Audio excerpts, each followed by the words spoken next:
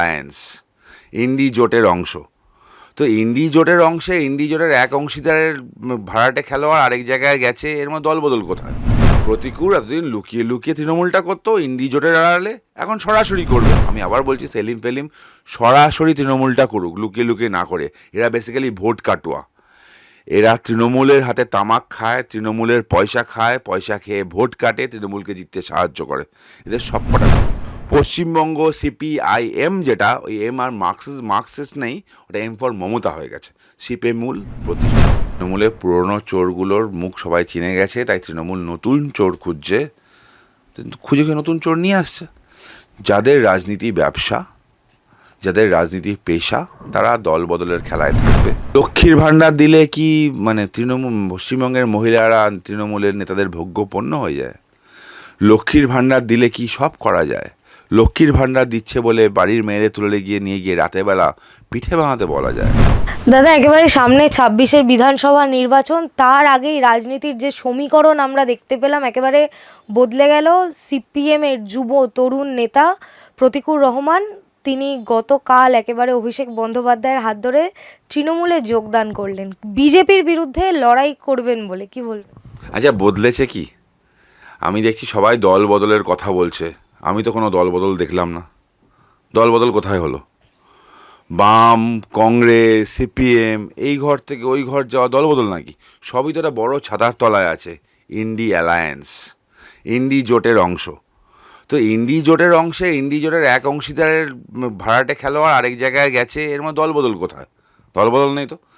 প্রতিকূল লুকিয়ে লুকিয়ে তৃণমূল করতো, এবার বুক ঠুকে তৃণমূল করবে। সেটা সেলিমও লুকিয়ে লুকিয়ে তৃণমূলটা করে, তো বুক ঠুকে করুক না। কিন্তু সেই জায়গায় দাঁড়িয়ে অভিষেক বন্দ্যোপাধ্যায় তিনি তো কার্যত বলছেন যে বিজেপির সাথে সিপিএম এর সেটিং রয়েছে, টাকার যে অঙ্ক, সেই অঙ্ক তিনি বলছেন। সেটিং দেখা গেছে তো, আমি বললাম না, ইন্ডি অ্যালায়েন্স। দেখো, সিপিআইএম, এম ফর মার্ক্সবাদী বা মার্কসিস্ট, এটা আগে ছিল। সিপিআইএম এর এম ফর এখন মমতা। বিজেমূল করতে করতে এরা সিপেমূল তত্ত্বকে প্রতিষ্ঠিত করে দিল। তুমি দেখো না, হিসাব করে এরা অনেকজনের কথা বলে, শুভেন্দু অধিকারীর কথা বলো তো। শুভেন্দু অধিকারী সব কিছু ছেড়ে বিজেপিতে এসেছিল, উনি মন্ত্রী ছিলেন, সব কিছু ছেড়ে এসছেন। তুমি অন্যদিকে দেখো একটু, রেজ্জাক মোল্লা কত বড় বড় কথা বলতো, শৌকত, শাহজাহান, ঋতব্রত, প্রতিকুর, আচ্ছা আরেক জিএস ওদের তন্ময়, সব কটা তো বামপন্থী প্রোডাক্ট, সরাসরি বাম, সুপ্ত বাম, লুকানো বাম, মরা বাম, এই তো কারবার। এগুলো নিয়ে তৃণমূলে গেছে। এর মধ্যে অবাক হওয়া দল বদল তোমরা কোথায় দেখছো? আমি তো কোনো দল বদল দেখছি না। আমি আবার বলছি, প্রতিকূল এতদিন লুকিয়ে লুকিয়ে তৃণমূলটা করতো, ইন্ডি জোটের আড়ালে এখন সরাসরি করবে। সেলিম বাবুকেও বলছি, লুকিয়ে লুকিয়ে তৃণমূল করার কোনো দরকার নেই, আপনারা তো জোট সঙ্গী আছেন, করে দিন। প্র্যাকটিক্যাল যেটা লাগলো গতকালে ওদের মানে বহিষ্কার করেছে যে লেটারটা, আমি বানান টানানের দিকে যাবো না। দেখো, বানান টানান সিপিএম অত্যন্ত শিক্ষিত, ওরা যখন বলেছে ঠিকই বলেছে, হয়তো ওটাই বানান, আমরা বানানটা ভুল জানি, বানান নিয়ে কিছু বলবো না। আমার একটা ওয়ার্ড খটকা লাগলো, দুটো ওয়ার্ড। ফার্স্ট হচ্ছে শত্রুপক্ষ। রাজনীতিতে বিরোধী হতে পারে, আমার অন্য কোনো রাজনৈতিক দল আমার বিরোধী হতে পারে, শত্রু নয়। শত্রুপক্ষ রাজনীতিতে হয় না, হওয়া উচিত নয়। এই নোংরা রাজনীতিতে সাধারণ মানুষ বিশ্বাস করে না। এই তৃণমূলের এই বামফ্রন্টিদের এই শত্রুপক্ষ, এর জন্যই পশ্চিমবঙ্গের আজকে এই অবস্থা, এই ভায়োলেন্স। কিন্তু এখানে আরেকটা কথা আছে আমার, প্রতীক উড়ে গেল, যাই হোক, সেই আসপেক্টে এই হচ্ছে শত্রুপক্ষে জয়েন করলো বলে নাকি কে বহিষ্কার করা হলো। ভালো কথা, খুব ভালো, দলীয় সিদ্ধান্ত ওদের। আচ্ছা, ইন্ডি জোটাতে তৃণমূল আছে তো, তা বামেদের উচ্চ নেতৃত্বরা কি বহিষ্কৃত হবে না বামফ্রন্টের একজন আরেকজনকে বহিষ্কার করবে? ইন্ডি জোটে তৃণমূলের সাথে আছে বলে শত্রুপক্ষ তো। এই বামফ্রন্ট একসময় তো অভিযোগ করতো যে কংগ্রেস তাদের নাকি প্রচুর কর্মীকে খুনটুন করে দিয়েছে, করতো তো, তাদের সাথে জোটে আছে, জোটে ছিল, তো শত্রুপক্ষ বলবে না? নাটকবাজির কথা ছাড়ো। আমি আবার বলছি, সেলিম ফেলিম সরাসরি তৃণমূলটা করুক, লুকিয়ে লুকিয়ে না করে। এরা বেসিক্যালি ভোট কাটুয়া। এরা তৃণমূলের হাতে তামাক খায়, তৃণমূলের পয়সা খায়, পয়সা খেয়ে ভোট কাটে, তৃণমূলকে জিততে সাহায্য করে। এদের সব কটা সেম।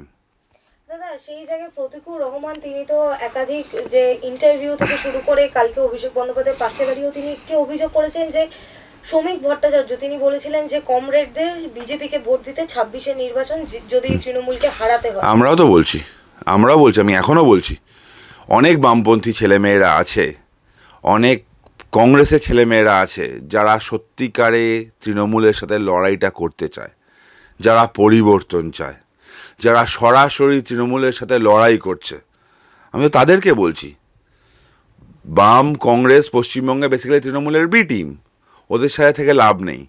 ভারতীয় জনতা পার্টিকে ভোট দিন, ভারতীয় জনতা পার্টির সরকার প্রতিষ্ঠা করুন।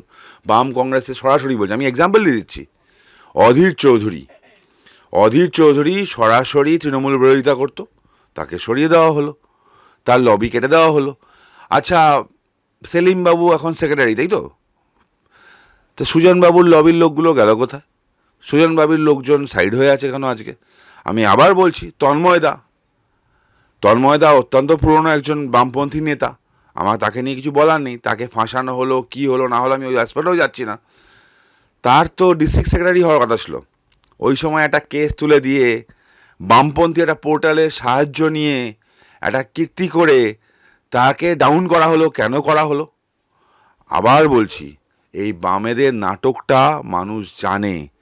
সেলিম বাবু বেসিক্যালি মমতার হাতে তামাক খাচ্ছেন, তিনি মমতার হয়ে কাজ করছেন। পশ্চিমবঙ্গ সিপিআইএম, যেটা ওই এম আর মার্কসিস্ট নেই, ওটা এম ফর মমতা হয়ে গেছে, সিপিএমূল প্রতিষ্ঠিত। কিন্তু শ্রমিক ভট্টাচার্য সেই কথা বামপন্থীদের ভোট যেন বিজেপিকে দেয় সেটা রক্ষা করার জন্যই নাকি মোহাম্মদ সেলিমের হুমায়ুন কবিরের সাথে বৈঠক, এটা একেবারে প্রতিকুল রহমান বলছে। রসুন দেখেছো? রসুনের কোয়াগুলো এক তলার দিকটা এক জায়গায় থাকে। কে রসুন কে কোয়া কার কি ধর্ম আমি বলছি না। মোহাম্মদ সেলিম, কমরেড সেলিম কলকাতায় থাকে, উনি রাজাবাজারে মোহাম্মদ সেলিম, উনি মাইনরিটি এলাকায় মোহাম্মদ সেলিম। এটা হচ্ছে প্র্যাকটিক্যাল, বোঝার চেষ্টা করো। আর আবার বলছি, হুমায়ুনের সাথে ঘণ্টাখানেক হোটেল রুমে লেনিন বোঝার পর ওনাদের কী হয়েছে না হয়েছে ওনারা জানেন। এবার কী জন্ম নেবে কী নেবে আমি জানি না। হুমায়ুন 30% হিন্দুকে ভাগীরথীতে ভাসানোর কথা বলেছিল। বামপন্থীরা হিন্দু বিরোধী প্রমাণিত। সুতরাং এদেরকে নিয়ে যত কম কথা বলা যায় ততই ভালো। আমি আবার বলছি, ঘণ্টাখানেক লেনিন চলুক, হুমায়ুন, আইএসএফ, নৌসাদ, মিম, সিপিএম জোট হবে, সেটাই স্বাভাবিক। এটা নর্মাল অ্যালায়েন্স, ন্যাচারাল অ্যালায়েন্স, এটাই তো নর্মাল। অভিষেক বন্দ্যোপাধ্যায় বলছেন তৃণমূল কংগ্রেস যুব নেতাদের এগিয়ে দিচ্ছে, যুব নেতাদের সাহায্য করছে রাজনীতিতে। তাই তো 12 বছর আগে সায়নী ঘোষকে তৃণমূল কংগ্রেস ভোটে জিতিয়ে একেবারে পার্লামেন্টে পাঠিয়েছে। সায়নী ঘোষ, আমার একটা অ্যাপার্টমেন্টের কথা মনে পড়লো, আমি জানি না কার, শুনেছিলাম একবার মেঘনা অ্যাপার্টমেন্ট বলে। মেঘনা অ্যাপার্টমেন্ট কার টাকায় কেনা কি জানা কেউ একটা বলেছিল। হাইকোর্টে একবার উঠেছিল একটা কথা, আমি শুনেছিলাম কোনো একটা ফ্ল্যাটের 3টে ফ্ল্যাট ভেঙে একটা করা হয়েছে, শুনেছিলাম। এর সাথে কি ওই সায়নী ঘোষের কোনো সম্পর্ক আছে? কুন্তল কোথায় টাকা খরচা করতো, কার পিছনে টাকা খরচ, আমার জানার ইচ্ছা আছে। সায়নী ঘোষের নাম আসছিল, ইজ ইট ট্রু? সায়নী ঘোষকে কিসের জন্য দেওয়া হলো টিকিট? শিবলিঙ্গকে অপমান করার জন্য? হিন্দু বিরোধী দল একজন হিন্দু বিরোধী নেত্রী খুঁজবেন, সেটাই স্বাভাবিক। এইবারে তো শিবরাত্রিতে উইশ করেছিলেন তিনি সায়নী ঘোষ, কমেন্ট অফ করে দিতে হলো কেন? করে দিতে হলো? আমি আবার বলছি, তৃণমূলের পুরনো চোরগুলোর মুখ সবাই চিনে গেছে, তাই তৃণমূল নতুন চোর খুঁজে নতুন চোর নিয়ে আসছে। যাদের রাজনীতি ব্যবসা, যাদের রাজনীতি পেশা, তারা দল বদলের খেলায় থাকবে। যাদের আদর্শ আছে তারা দল বদলটা করবে না। অভিষেক বন্দ্যোপাধ্যায় বলছেন আমার আইডিওলজি। কি আইডিওলজি? ওয়েলফেয়ারিজম। কিসের আইডিওলজি তৃণমূলের? আমি তো বলি, আমি আজকে থেকে রাজনীতি করা ছেড়ে দেবো। আমি কথা দিচ্ছি তোমার এই ইন্ডিপেন্ডেন্ট বেঙ্গলে আমি তোমার সবার সামনে কথা দিচ্ছি, আজকে থেকে আমি রাজনীতি করাটা ছেড়ে দেবো। অভিষেক বন্দ্যোপাধ্যায় এবং তার পিসি একটা কাজ করুক, যে জিরো থেকে কয়েকশো কোটি টাকার মালিক কিছু না করে কিভাবে হওয়া যায় সৎ পথে, সে রাস্তাটা বলে দিক। অভিষেক বন্দ্যোপাধ্যায় বলে দিক খুব সিম্পলভাবে তিনি ঠিক কোন ব্যবসা করেন, যে ব্যবসায় কোটিপতি হওয়া যায়, অত বড় একটা বাড়ি হাঁকানো যায়, অত বড় একটা ঝাড়বাতি লাগানো যায়, সেখানে এসকেলেটর লাগানো যায়, এগুলো তিনি বলে দিক। রাজনীতি কেন? রাজনীতি তো মানুষের জন্য, মানুষের ওয়েলফেয়ারের জন্য, রাইট? তো অভিষেক বন্দ্যোপাধ্যায় এই প্রসেসটা যদি বলে দেয় সৎ পথে কীভাবে সম্ভব এগুলো, তাহলে আমি রাজনীতি করাটা ছেড়ে দেবো। কিন্তু আপনারা সবাই নারী ক্ষমতায়নের কথা বলেন, কিন্তু সেটা তো করছে আলটিমেটলি মমতা বন্দ্যোপাধ্যায়। নারী ক্ষমতায়ন কোনটাকে বলে? হাঁসখালিকে বলে? একটা বাচ্চা মেয়ে, মতুয়া মেয়ে তার বন্ধুর বাড়িতে জন্মদিনের নিমন্ত্রণ খেতে গেল, তাকে ধর্ষণ করে মেরে দেওয়া হলো, সেটা নারী ক্ষমতায়ন। মধ্যম গ্রামের মেয়েটা মেরে দেওয়া হলো, পা ধরে ছিঁড়ে দেওয়া হলো, ওটা নারী ক্ষমতায়ন। কামদুনি, ওই ধর্ষণ, মানে রিপোর্ট দেখলে এখনও শিউরে ওঠে, ওরা নারী ক্ষমতায়ন। একটা মেয়ে তার হাড় ভাঙা খাটুনির পর 30 ঘন্টা তার মানে কলেজের মধ্যেই সেমিনার রুমে রেস্ট নিতে গেল, সেখানে তার ধর্ষণ হলো আরজিকর, সেটা নারী ক্ষমতায়ন। একটা মেয়ে আইনজীবী হওয়ার ইচ্ছা, ল কলেজে ভর্তি হয়, তৃণমূল নেতার লালসার শিকার হয়, তার ভিডিও করা হয়, এটা নারী ক্ষমতায়ন। এই ক্ষমতায়ন দরকার নেই তো। লক্ষ্মীর ভান্ডার, যুবশ্রী, এগুলো ক্ষমতা। আচ্ছা, লক্ষ্মীর ভাণ্ডার দিলে কি মানে তৃণমূল, পশ্চিমবঙ্গের মহিলারা তৃণমূলের নেতাদের ভোগ্যপণ্য হয়ে যায়? লক্ষ্মীর ভাণ্ডার দিলে কি সব করা যায়? লক্ষ্মীর ভাণ্ডার দিচ্ছে বলে বাড়ির মেয়েদের তুলে গিয়ে নিয়ে গিয়ে রাতেরবেলা পিঠে বানাতে বলা যায়? লক্ষ্মীর ভাণ্ডার দিচ্ছে বলে কি সন্দেশখালি করা সম্ভব হয়? লক্ষ্মীর ভাণ্ডার আমাদের টাকা, সাধারণ মানুষের টাকা, সাধারণ মানুষের গায়ে যাচ্ছে, আপত্তি নেই। 1,500 টাকা কেন দিচ্ছেন? আমি তো বলবো 10,000 টাকা দিন, তাতেও আপত্তি নেই। আপনারা তো 900 টাকাও দিচ্ছেন। তাতেও আপত্তি, আমি 10,000 টাকা দিন, তাতেও আপত্তি নেই, কিন্তু কর্মসংস্থান দিন। বিজেপি শাসিত রাজ্যগুলোতে কর্মসংস্থান হচ্ছে। পাশের রাজ্য আসাম, টাটা সেমিকন্ডাক্টর ফ্যাক্টরিটা ওখানে হলো, কর্মসংস্থান হচ্ছে। গুজরাট ফ্লারিশ করছে, উত্তরপ্রদেশে ব্যবসা হচ্ছে, ফ্লারিশ করছে, বিহারে ইনভেস্টমেন্ট আসছে, পশ্চিমবঙ্গে শুধু খেলা হচ্ছে, ছেলেমেয়ের ভবিষ্যৎ নিয়ে খেলা হচ্ছে।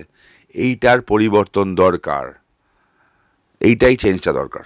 দাদা, একেবারেই শেষ প্রশ্ন, প্রতিকুর রহমানের এই দল বদল 26-এর নির্বাচনে কি প্রভাব ফেলবে বামপন্থী? ফ্যাক্ট কোনো প্রবলেম, দেখো বামপন্থী জিরো ছিল, জিরো আছে, জিরো থাকবে।